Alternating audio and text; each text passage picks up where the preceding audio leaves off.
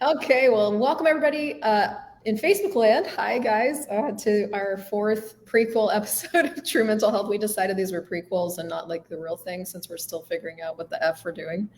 Yeah, just kind of bashing around right now. Yeah, with my good friend Dr. Janine Crafton. I'm Crystal Crawford, and oh my God, what are we talking about? Boundaries? Boundaries.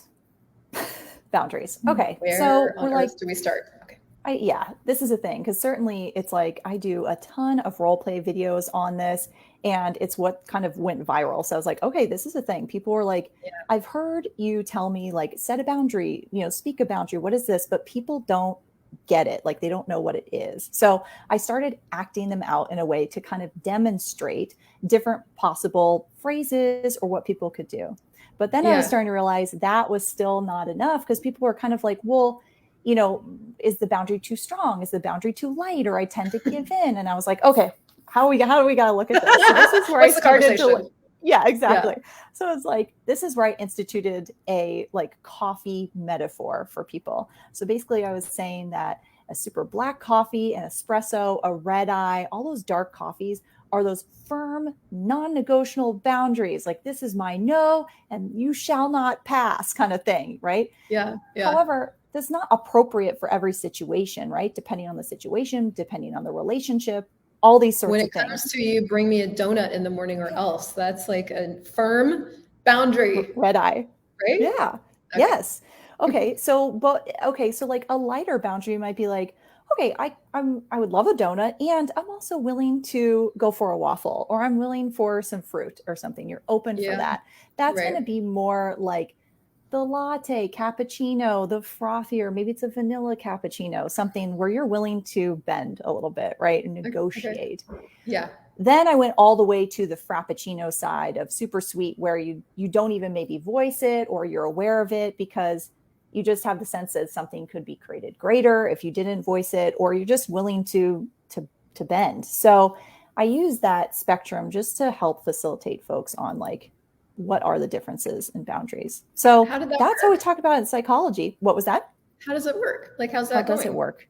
I find that it's helpful. And then there was still something missing. Like people like, well, that doesn't work for every situation. I'm like, right, because every situation is so dynamically different. If you're not tuning into the energy of what's required, the relationship, and like taking all these other things into account, then what is that? Then you and I started talking about boundaries and you were like, you have to be the boundary. I'm like, what? What do you mean by that? Yeah. Well, so access consciousness really changed this conversation for me. I mean, I would say I was definitely boundary person. Like that was a thing that I tried to do pre-access consciousness. And I guess it dropped out of my world pretty quick with the classes and with the tools. Mostly because I got that it required a lot of effort and judgment for me to determine what my boundary was. Okay. And so I switched pretty fast to how is this working for me? And if I were including myself here, what would be different? Because what I started to recognize is that for the most part, I was like non-existent in the equation with most of the relationships in my life. So with my mom, with my family, like I would say for me, my family relationships were kind of the most challenging. And then my other relationships, I was just moving through people so fast that I didn't really have enough time. But so my family relationships for me were kind of the training ground for this. And what I recognized was that I had never really included myself in the equation. And I only recognized that because I would get, you get stuck on something or something occurs and you're stuck by it. And then someone will ask you something, well, what's going to really work for you here? And you realize that you've never looked at that. You've only looked at kind of maybe where you've been being hurt or what's unacceptable to you or what just isn't right. But you've never really kind of taken that next step and gone, well, what would work for me if I was really including, and that's the thing about us, as we typically start recognizing what isn't working before we start looking at what could work. So we end up creating kind of this I don't know what the words are, but it's like, well, I don't like this and I don't like this and this isn't right and this isn't right. We kind of back ourselves into this like non-functional corner, trying to create something that works by doing that, but then ending up with not a lot of choice. And that was the thing that wasn't working. And so that's why I started changing the question into something more inclusive of myself, you know? Yeah, the thing that's pinging me was based on what you said. It required a lot of effort and judgment. And I was like, okay, because that kind of blew my head open. Like, what is that? Well, I have to go into, are they choosing the right or wrong thing? Then I have to choose the right or wrong thing. And what even is that? And then people kind of get, locked up in this stronghold of like, well, this is my boundary. Well, this is my boundary. It's like, well, where is what's pragmatic or what's going to work here? So can you talk a little bit more on like what you mean by the effort and judgment? Because that's what I was getting from it. I think I can. I'm probably going to talk about it sideways. I mean, like, I guess, so what I look at with the boundary conversation is like, when you say something like, well, this is my boundary. Mm-hmm. This is my boundary. If you look at that from if you look at the energetic of it, if you look at the energy of that statement, even the very first thing that I look at with everything is like, is that a light thing? Does it create more space? Does it create more movement? Or does it create heaviness, density, and a rigidity? So I actually look at it first from an energetic point of view. Is it malleable or is it rigid? Anything that institutes more rigidity or more structure is going to take more work to uphold.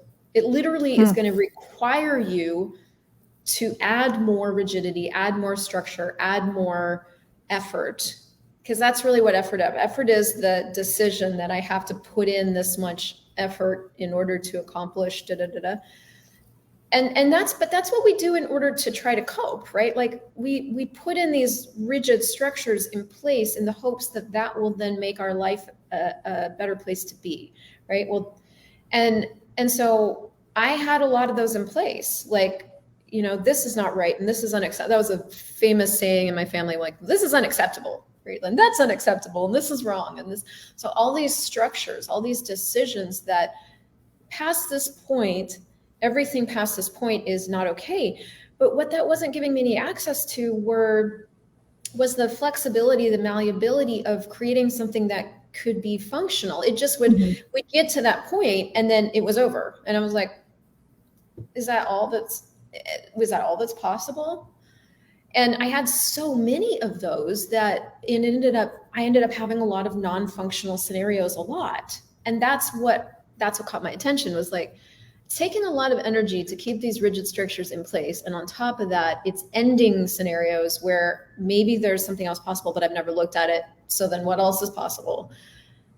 So that's what I mean by talking about it sideways, because it's like, Well, I'm getting like there's something about like having to come to conclusion, and then almost because you've decided this is what my boundary is and this is what I've decided, that I have to stick to it, or it's like there's no question there in what else is possible, or that I could change my mind. It's kind of like, and even, it's like I was attempting to get at that with using the coffee metaphor of like, well, sometimes, you do want a dark coffee and other times you want a sweeter coffee, depending on what's going on. And so being able to be more malleable rather than this is at the end.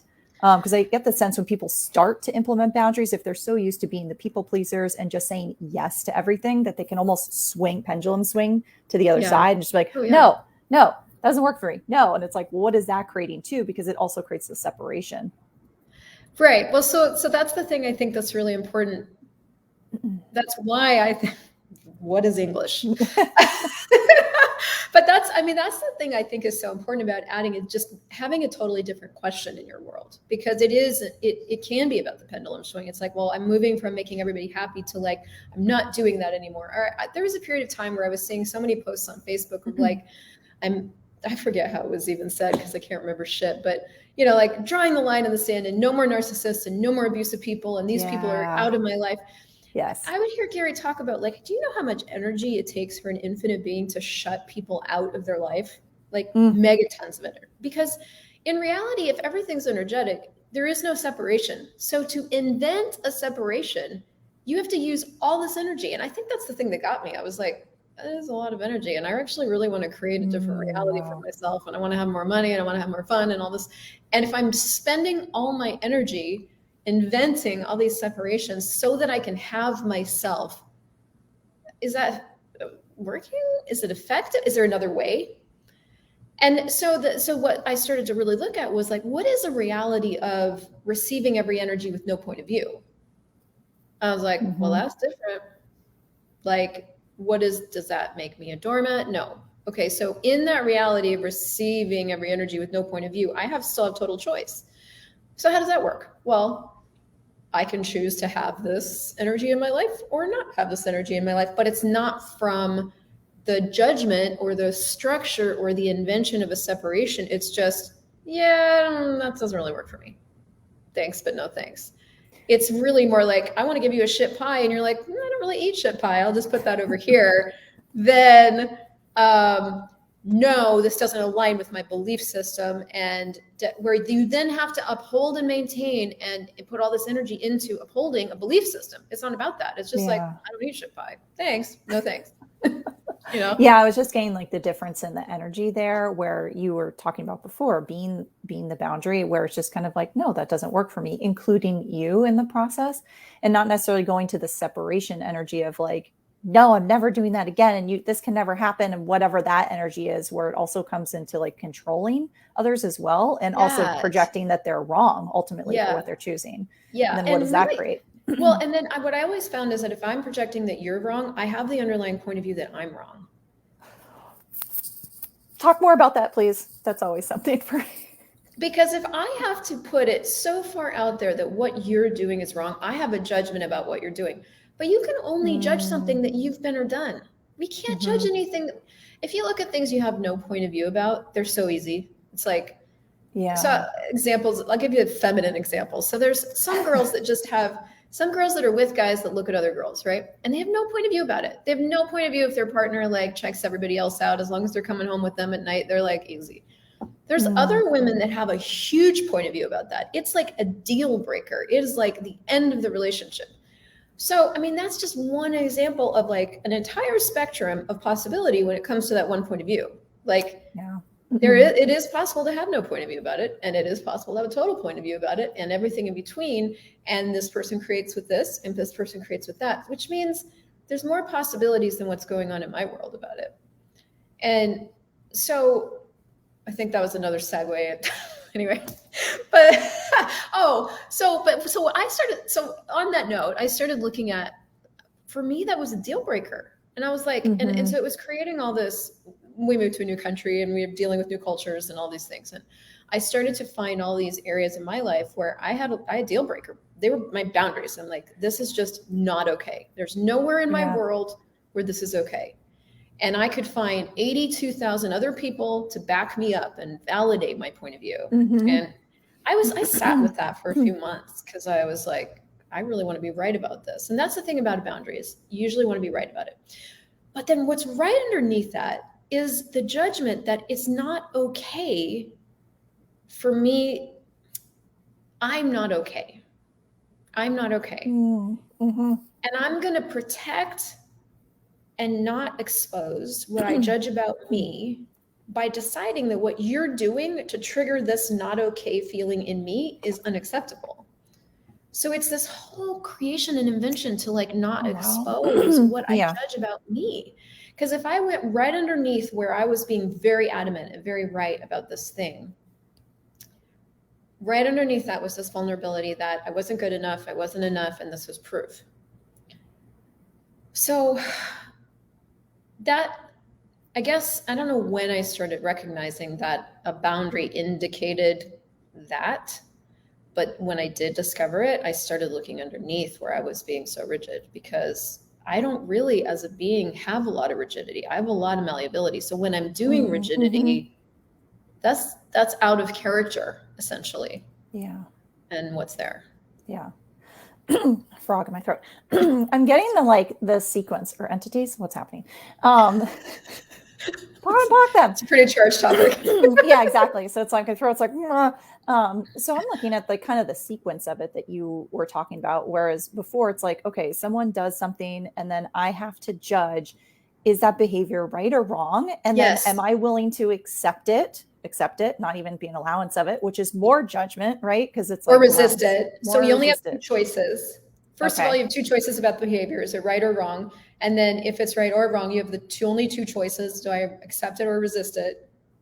Yep. So, okay, cool. So accept it or resist it. So it's like, and nowhere am I included in that No, process, right? no, Because it's like, I have to decide.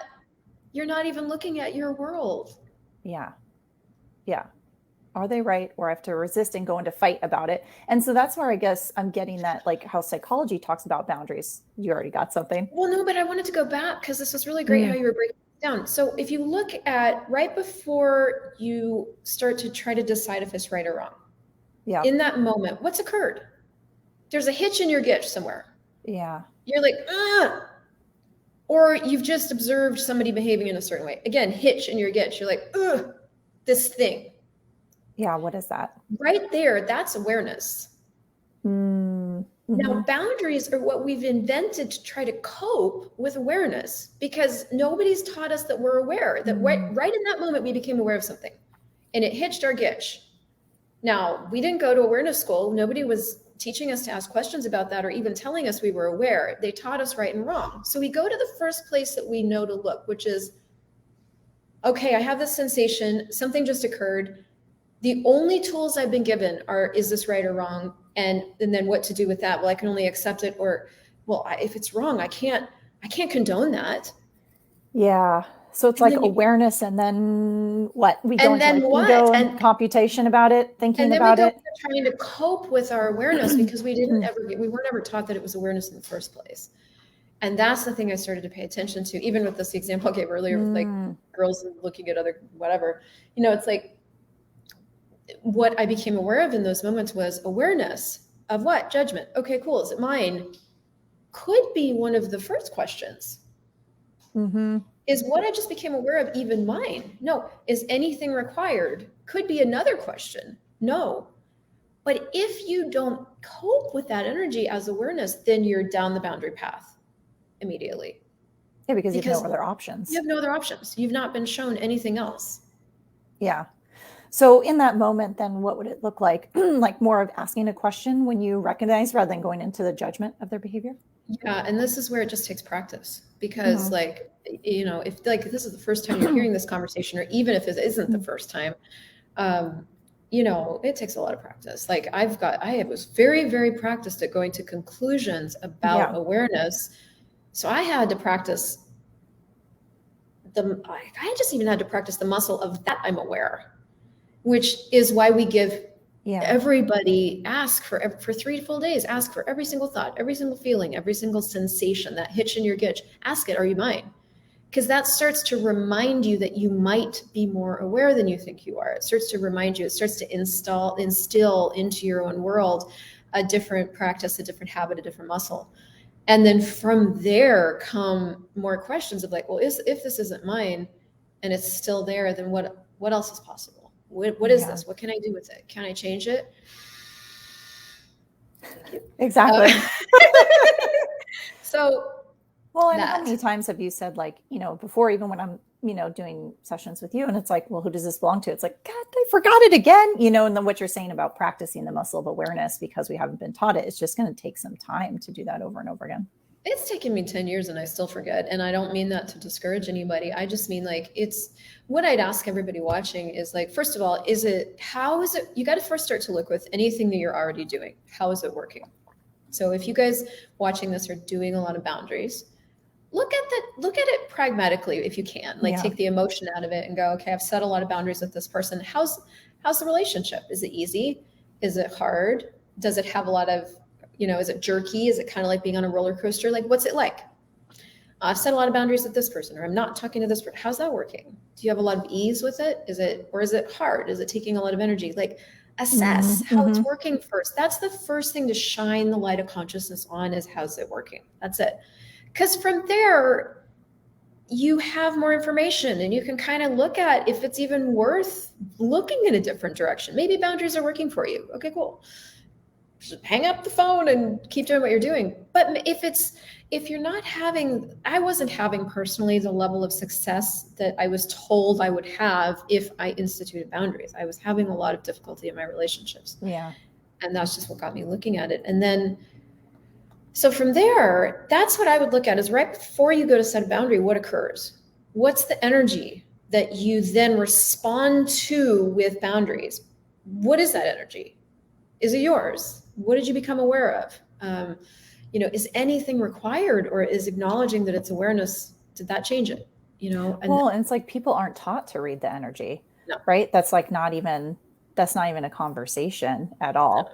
And so even when I was looking at how you ask, because that was something that I was having to learn when I first started working with you, because I was like, oh, I guess it's more about the energy. You're like, everything, like it's all about the energy. Because I was like trying to get the right wording, right? Oh, well, if I just ask this correctly, and it's like, no, because I heard it so different when you said, well, how is this working? There wasn't a like, this is the right thing, this is the wrong thing. It was just like, how is this working? So that you can actually have full information, full awareness to what you're looking at. Because that's really what I'm getting is like, immediately when we block our awareness by deciding what's right or wrong, now I have to like mutilate myself into deciding what I think is going to work here, but I've already blocked what I could know because I've already gone into judgment about it. Yeah, you're already functioning from a premise that it's just incorrect. It's like you've already judged it. And so from that, you have then everything else gets created from that first judgment. And that's the trap of judgment, and we just we do it so fast, we don't even know we're doing it. And that's why looking at how it's working is so effective, because you don't have to go in and looking for how many judgments am I doing. Just go look at what's occurring, take stock and look at it, and then sit with that and go, okay, so if this isn't working, what else could work better? Like, what could I choose that would work better? Would it be easier to start to acknowledge, to start teaching myself this awareness thing, like maybe I'm not fucked up. Maybe I've just been taught something that just isn't functional. That's the thing I keep finding about, like, that's why we're having these conversations about true mental health. It's like, we were led down a lot of paths that were only semi-functional or sort of functional or functional sometimes. And I was like, well, there's got to be a way for things to function that can work. And then what I recognize is that you have to have total malleability in order for things to work. And so where do you start with that? And to me, the starting place has been, start with who does it belong to for 3 full days. Start practicing noticing what and that it's occurring, and that it might not be yours, that you might just be picking it up, and then, and then go from there. Yeah. The other piece that I'm getting to is that when people start to hear these conversations, it's kind of like, okay, so if I'm in allowance and not judging what other people are doing, then it's kind of like I just have to take it. Like there's this almost like, do I have to lie down and take it? I'm like, no, it's not that. You're going to include yourself in the conversation of like, well, what works for you? Does this work for you? Does this not work for you?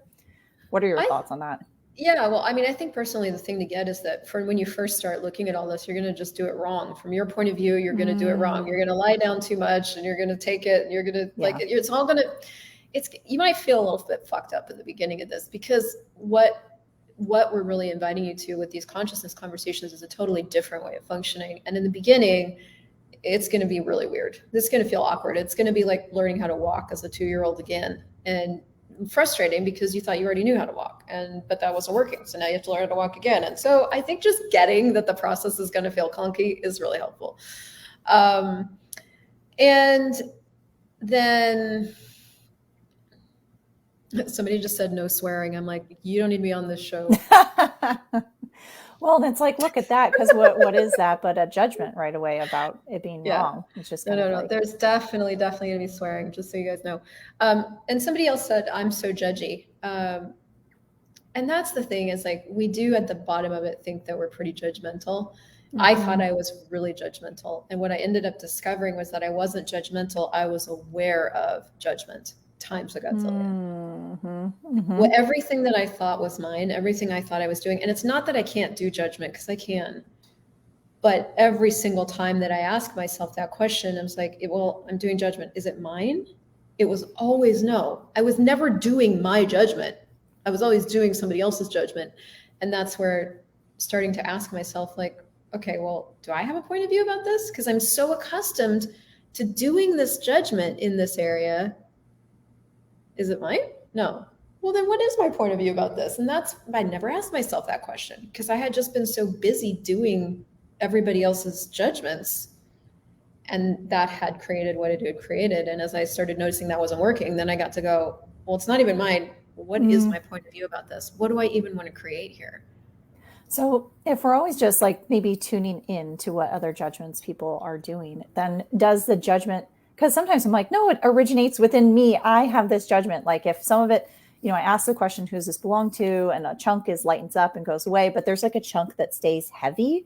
It's like, what is that? Like, I know you've said like, what is the lie here that I'm looking at? But at some point it's like, I've decided some judgment originates within me. And I know other people ask me that question. So I'm wondering like where we could create ease with that when people are like holding on, this is my judgment, like wanting to hold on to it. Well, the question that I ask for anything, I mean, the reason I started a free thing that you guys can play in called Infinite Being School and infinitebeing.school.com. So good. But the reason I started that is because we don't get what it is to be an infinite being. And the reason I say that is because one of the questions I ask myself when I can't seem to let go of, or whatever it is that's heavy won't change, is, well, would an infinite being do judgment? Yes or no? And when I ask that question, I get more of a sense of, well, an infinite being wouldn't do this. For what reason am I? Because we hold on to things. Things don't hold on to us. We hold on to them. And we hold on to them for all kinds of reasons. Can you say that again? Oh, I heard it, but I didn't hear it. Yeah. What was that you said? Yeah. Things don't hold on to us. We hold on to them.